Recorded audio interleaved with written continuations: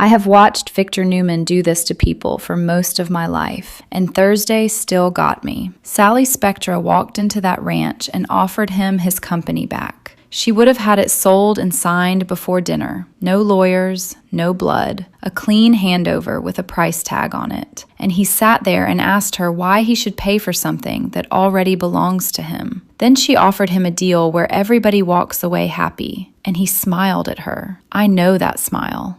I've known that smile since I was young enough to be watching this show with somebody else's remote. Let me tell you what it means. Let me set the table first, because the details actually matter this time. Newman Media is not sitting in a vault somewhere. It got taken, and the way Victor tells it, Phyllis and Billy took it. Somewhere in all that wreckage, it ended up folded into Spectra Charles, the company Sally and Audra owned together. Here's the piece I need you to hold on to. That merger is still early. The two companies haven't fully melted into each other yet. Everything Sally tries on Thursday rests on that one fact. Billy is out at Spectra Charles, and Sally says so to Victor's face. That matters because half of Victor's own family suspects this entire crusade has been about hurting Billy from the jump. On Wednesday, Adam and Chelsea asked him to let it go. Sally's pregnant. Build a new Newman Media from the ground up. And what Victor took from that conversation was that Chelsea has too much sway over Adam. It made him question Adam's allegiance. I want to sit there for a second because it tells you everything. In Victor's head, when his son disagrees with him, somebody must have gotten to the boy. That's the only explanation he'll accept. That's the man Sally is about to negotiate with. The episode opens at Society, and the saddest thing in the whole hour happens in the first 30 seconds. Nobody's talking about it. Audra comes through that door glowing. She's got a deal, something that could triple their revenue. She's genuinely excited. She never gets to tell us what it is. Sally has to stop her and say that Victor Newman is coming for the company. That's the last happy moment anybody gets on Thursday, and it lasted about 9 words. Audra's reaction is why I love her. Victor's already put her through hell once, she says, and he's going to underestimate them, and they are not going down. Stop crouching. Go at him. Then the two of them hit the one thing they don't agree on. Audra asks whether Sally seriously believes Adam would turn on his own father. Sally says she does. She believes him. She believes he knows what he owes her. And Audra tells her she's gone soft. Watching it, I kept thinking about how tired Sally looked. She's pregnant. She's holding on to the one thing she built herself. She needed Adam to have meant it, so she decides to go straight to Victor. Audra thinks it's a waste of breath and comes with her anyway, because that's who Audra is. And Victor greets them at the ranch by telling them it's a good thing they came today, because by this time tomorrow, their company won't exist. That's before Sally opens her mouth. Watch what she does anyway. It's the best work Courtney Hope has done in months. She tells him they didn't steal anything from him. He tells her Phyllis and Billy stole it, and he'll see justice done. She tells him Billy has nothing to do with Spectra Charles. If this is about hurting Billy Abbott, he's burning down an empty house. She tells him a fight gets ugly and does real damage to the company, and Newman Media is sitting inside that company. He'd be wrecking the very thing he says he wants. And then she puts the offer on the table. The integration is early. It can still be pulled apart. They'll sell it back to him. Audra says it plain. He wants something from them, he gives something up. Victor tells them to show themselves out. Sally keeps going anyway. He has no quarrel with them. They've taken good care of that company. This is the clean way, and a war costs him. He leans in and tells her he loves the fight. Bring it on. And she doesn't flinch. She asks him whether the victory is worth everything he stands to lose getting it. 4 arguments. He answered one of them, and he answered it with a question. He never once told her the deal was bad. He didn't need to.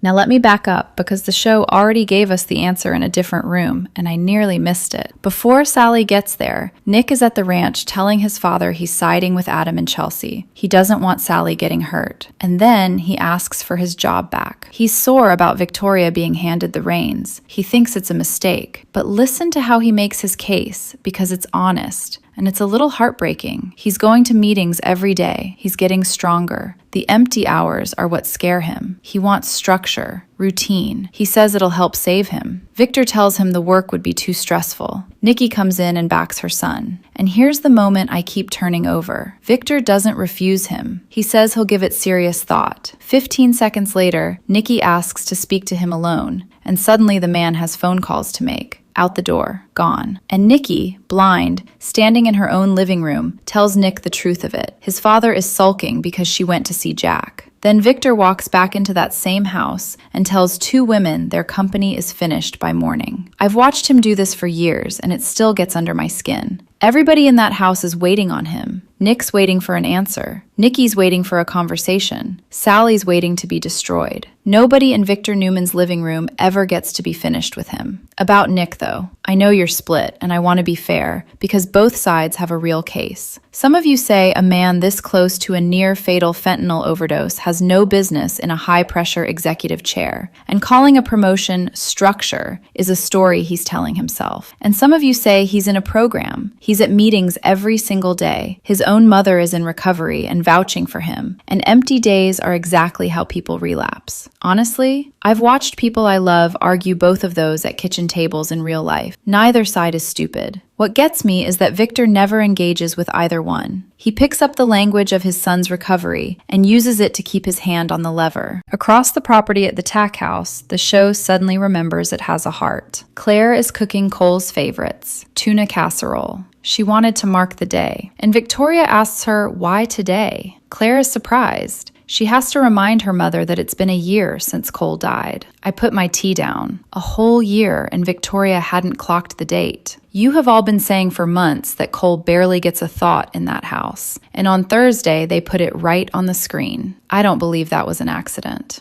They do get there, though. They sit and they share memories. Claire asks whether Cole would have approved of Holden, and Victoria says he'd have admired how hard that boy is working to win her over.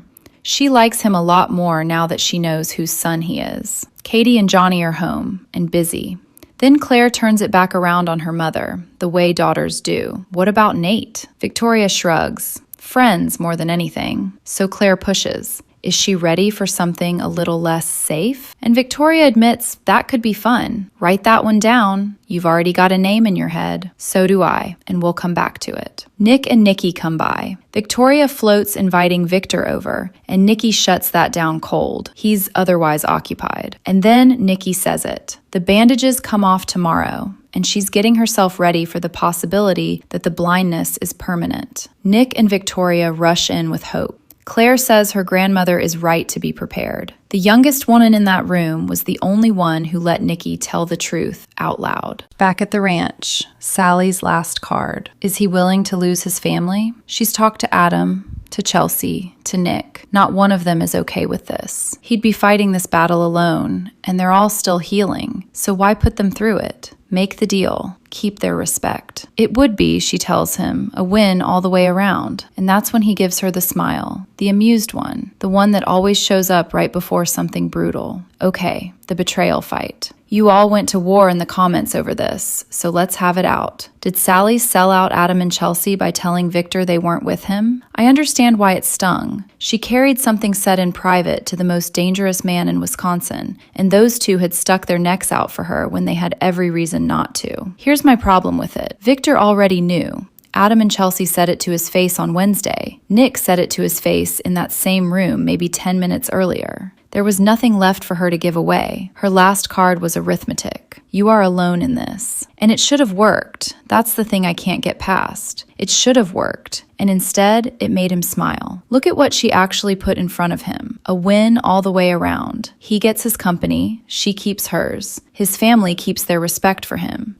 Everybody walks out of that room holding something. Sally offered him a win that everybody survives, and that is the one kind of win Victor Newman has never learned how to take. Once you see it, the whole hour lines up. Paying for the asset would make it a trade between equals, and he'd rather have the war. Refusing Nick flat out would end the conversation, and he'd rather own the pause. A quiet minute alone with Nikki would mean sitting with the one person in Genoa City who doesn't need a thing from him. The show has never said this next part out loud, but it's been sitting in the canon for 40 years, and I think about it every time he does this. Victor Newman was born Christian Miller. His father walked out on them. His mother couldn't feed him, so she left him at an orphanage when he was a little boy, and she promised him she was coming back. She never came back. That's the whole machine right there. Somebody he loved made him a deal once. I'll come back for you. And he learned exactly what the other person's word is worth. So he only takes terms he writes himself now. And the way he checks that the terms are really his is by watching who across the table goes home with less. Tomorrow, those bandages come off, and Nikki's eyes are the one thing in Genoa City that Victor cannot buy, cannot seize, and cannot outweight. There's nobody across the table from him. There's nothing to win. He can sit in that room with his wife, or he can find himself some phone calls to make. I know which one I'm afraid of. So talk to me. Who actually beats Victor Newman? Sally? Audra? Kyle? Or is it Nikki, without lifting a finger, because she's the only person on this earth whose loss he would genuinely feel? Give me one name and tell me why.